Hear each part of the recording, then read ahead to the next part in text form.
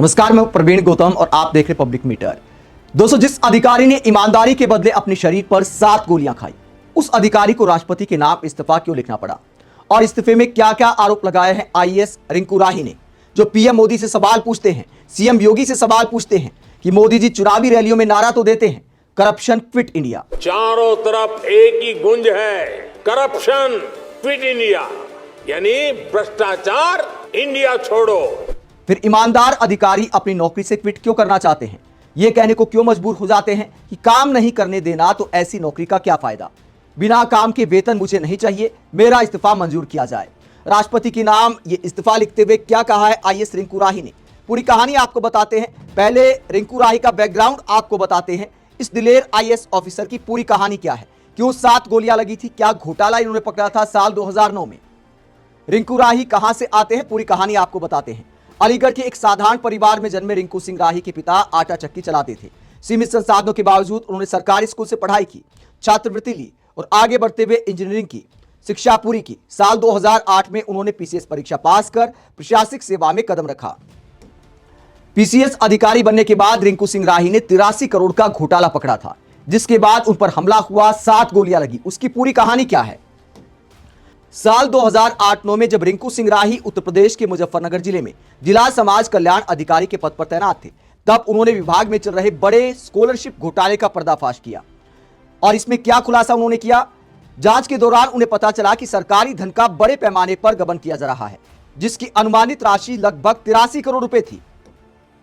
रिंकू राही ने अपनी निष्ठा और सतर्कता का परिचय देते हुए इस भ्रष्टाचार की पड़ताल शुरू की, दस्तावेजों की जांच की। उन्होंने विभाग के रिकॉर्ड और छात्रवृत्ति आवंटन की गहराई से जांच की। जब उन्हें भ्रष्टाचार के पुख्ता सबूत मिले तो उन्होंने इसके खिलाफ विभागीय जांच के आदेश दिए और सख्त रुख अपनाया। उन्होंने उन माफियाओं और भ्रष्ट अधिकारियों के हितों को चोट पहुंचाई जो इस अवैध कमाई में शामिल थे। घोटाले का पर्दाफाश करने और भ्रष्ट तत्वों के खिलाफ आवाज उठाने की कीमत उन्हें अपनी जान जोखिम में डालकर चुकानी पड़ी। 26 मार्च 2009 की सुबह जब वो अपने आवास पर बैडमिंटन खेल रहे थे, तब हमलावरों ने उन पर जानलेवा हमला कर दिया। उन पर ताबड़तोड़ 7 गोलियां चलाई गई। गोलियां उनके चेहरे और शरीर के अन्य हिस्सों में लगी। इस हमले में चमत्कारिक रूप से वो बच तो गए, लेकिन उन्हें गंभीर चोटें आई। उनके चेहरे की बनावट बिगड़ गई, उन्होंने एक आंख की रोशनी खो दी और सुनने की क्षमता भी प्रभावित हुई। इसके अलावा चेहरा भी बिगड़ गया था रिंकू सिंह राही का। इस पूरे हमले में, इस जानलेवा हमले के बावजूद रिंकू राही का हौसला नहीं टूटा और वो एक मिसाल बनकर उभरे। उन्होंने अपनी सेवाएं जारी रखी और अलग अलग जिलों में काम किया। उन्होंने हापुड़ में सरकार द्वारा संचालित आईएएस पीसीएस कोचिंग केंद्र के निदेशक के रूप में भी कार्य किया, जहां उन्होंने सैकड़ों छात्रों को प्रशासनिक सेवा के लिए तैयार किया। अपने छात्रों की प्रेरणा से उन्होंने खुद यूपीएससी की परीक्षा दी और साल 2021 में 683वीं रैंक हासिल कर आईएएस बने। तो ये प्रेरणादायक कहानी है, ईमानदारी की कहानी है, हौसले की कहानी है, दिलेरी की कहानी है। जब सिस्टम में ऊपर से नीचे तक गंदगी पसरी पड़ी है, एक अधिकारी घोटाले का पर्दाफाश करता है, हमला झेलता है, उसके बावजूद हिम्मत नहीं टूटती है और ज्यादा आगे बढ़ता है, आईएएस अधिकारी बनता है, पीसीएस से आगे बढ़कर आईएएस बनता है। लेकिन अब उस अधिकारी ने आखिरकार अचानक इस्तीफा क्यों दे दिया है? राष्ट्रपति के नाम इस्तीफा लिखते हुए क्या कहते हैं रिंकू सिंह राही?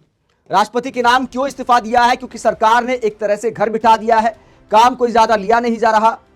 ग्राउंड पोस्टिंग चाहते थे रिंकू सिंह राही कि मुझे जन सेवा का मौका दिया जाए, लेकिन अब उन्होंने राष्ट्रपति के नाम इस्तीफा देते हुए क्या लिखा है, यह पूरा लेटर आपको पढ़कर सुनाते हैं।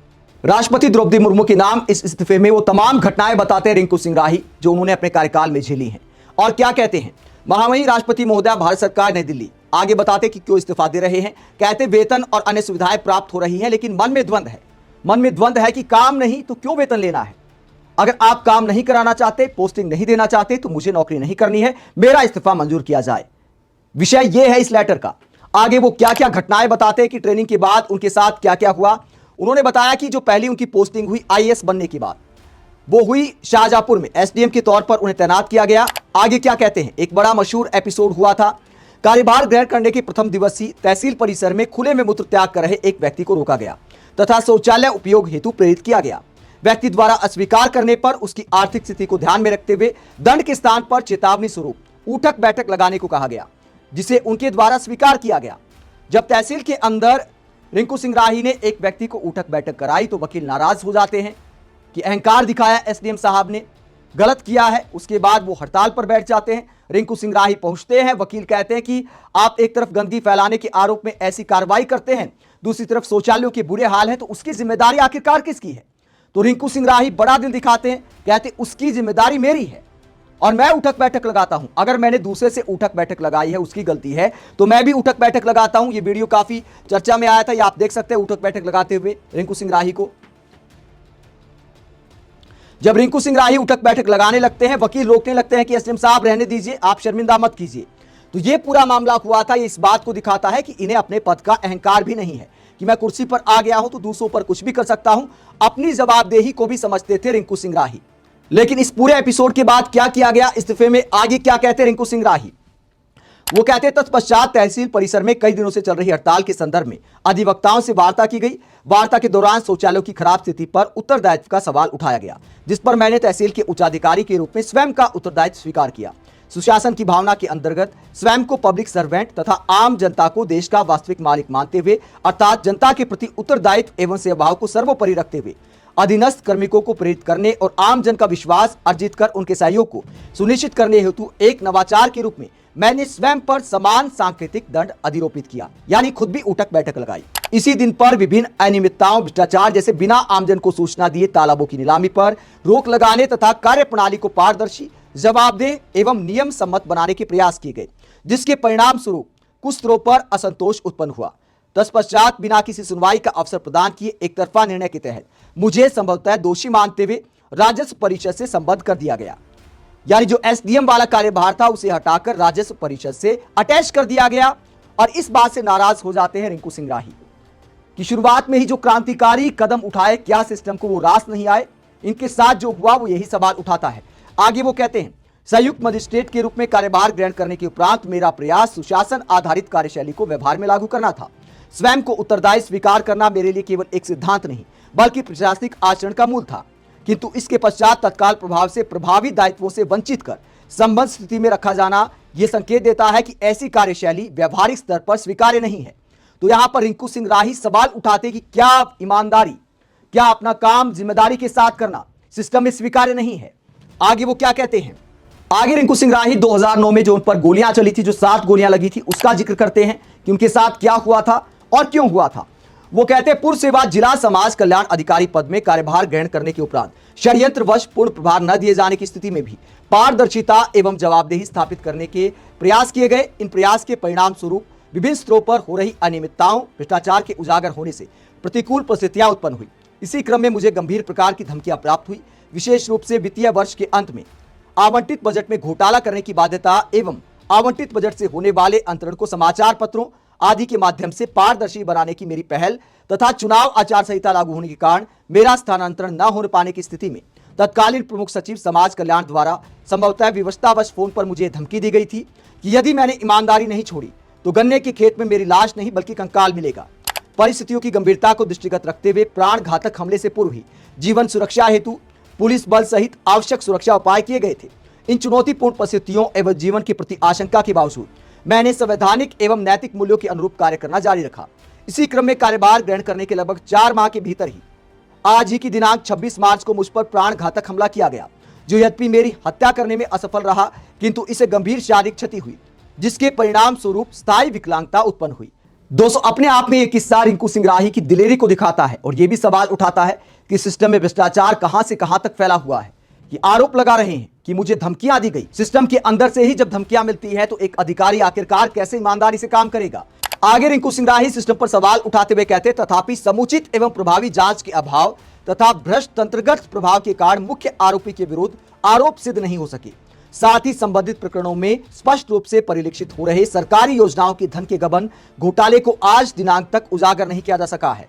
उक्त घटनाओं के पश्चात परिस्थितियां इस प्रकार विकसित हुई कि मुझे ही उत्तरदायी मानते हुए दीर्घ अवधि तक बिना स्पष्ट कार्य दायित्व के संबंध रखा गया, यानी बिना पोस्टिंग के रखा गया। इस स्थिति पर नो वर्क नो पे के सिद्धांत के अंतर्गत आपत्ति दर्ज कराने पर मेरे मूल पद जिला समाज कल्याण अधिकारी के अधीन एक संविदा पद से संबंधित कार्य दायित्व सौंपा गया, जिसमें अत्यंत सीमित स्तर के प्राधिकार निहित थे। उक्त अवधि में विभिन्न प्रयास के बावजूद मेरे ऊपर हुए प्राण घातक हमले से संबंधित प्रकरण में संभावित वित्तीय अनियमितताओं घोटाले की उजागर करने हेतु कोई ठोस कार्रवाई नहीं की गई।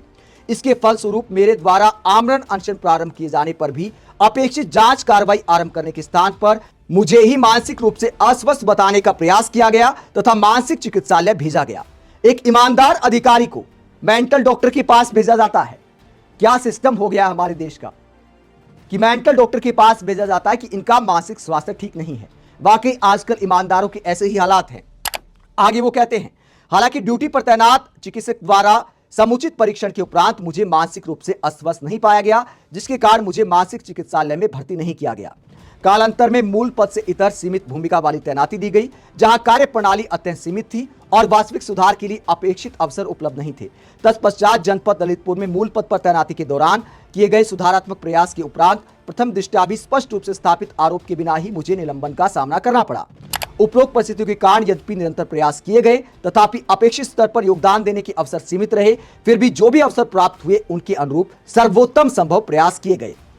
तो आईएएस रिंकू सिंह राही कहते, जितना मौका मिला बहुत कम चांस मिला, ईमानदारी से काम किया, पूरी निष्ठा के साथ काम किया। आप सोच कर देखिए, एक अधिकारी को मेंटल डॉक्टर के पास भेजा जाता है कि इसका मानसिक स्वास्थ्य ठीक नहीं है। सांसद चंद्रशेखर आजाद ने इस पूरे मुद्दे को लेकर सरकार को क्या कहा है? मोदी योगी की डबल इंजन सरकार को क्या कहते हैं चंद्रशेखर आजाद? वो कहते हैं, उत्तर प्रदेश में जहां एक और आईएएस अधिकारी दलित समाज के मंत्रियों के साथ प्रोटोकॉल का पालन नहीं कर रहे और उन पर कोई कार्रवाई नहीं हो रही, वहीं दूसरी ओर एक दलित आईएएस अधिकारी उपेक्षा के चलते इस्तीफा देने को मजबूर है। ये स्थिति बेहद चिंताजनक और सवालों से भरी है। रिंकू सिंह राही जो दलित समाज से आते हैं, उनका इस्तीफा किसी एक अधिकारी का व्यक्तिगत निर्णय नहीं बल्कि पूरी प्रशासनिक कार्यप्रणाली पर गंभीर सवाल है। एक ऐसा अधिकारी जिसने 2009 में भ्रष्टाचार उजागर किया, जानलेवा हमले में 7 गोलियां खाई, फिर भी सिस्टम के भीतर रहकर जनसेवा करना चाहता रहा, आज वही ये कहने को मजबूर है कि उसे काम नहीं दिया जा रहा और इसी उपेक्षा के कारण उसे इस्तीफा देना पड़ा। तो चंद्रशेखर आजाद कहते हैं कि जिन अधिकारियों पर कार्रवाई होनी चाहिए उन पर कार्रवाई नहीं होती है और रिंकू सिंह राही जैसे ईमानदार ऑफिसर नौकरी छोड़ने को मजबूर हो रहे हैं, इस्तीफा देने को मजबूर हो रहे हैं। आप एक ईमानदार अधिकारी के ऐसे सिस्टम से तंग पाने को लेकर क्या सोचते हैं? और ये तंग पाना अपने आप में पीएम मोदी और योगी की डबल इंजन सरकार से सवाल पूछता है कि क्या ईमानदार अधिकारियों के साथ ऐसा व्यवहार किया जाएगा?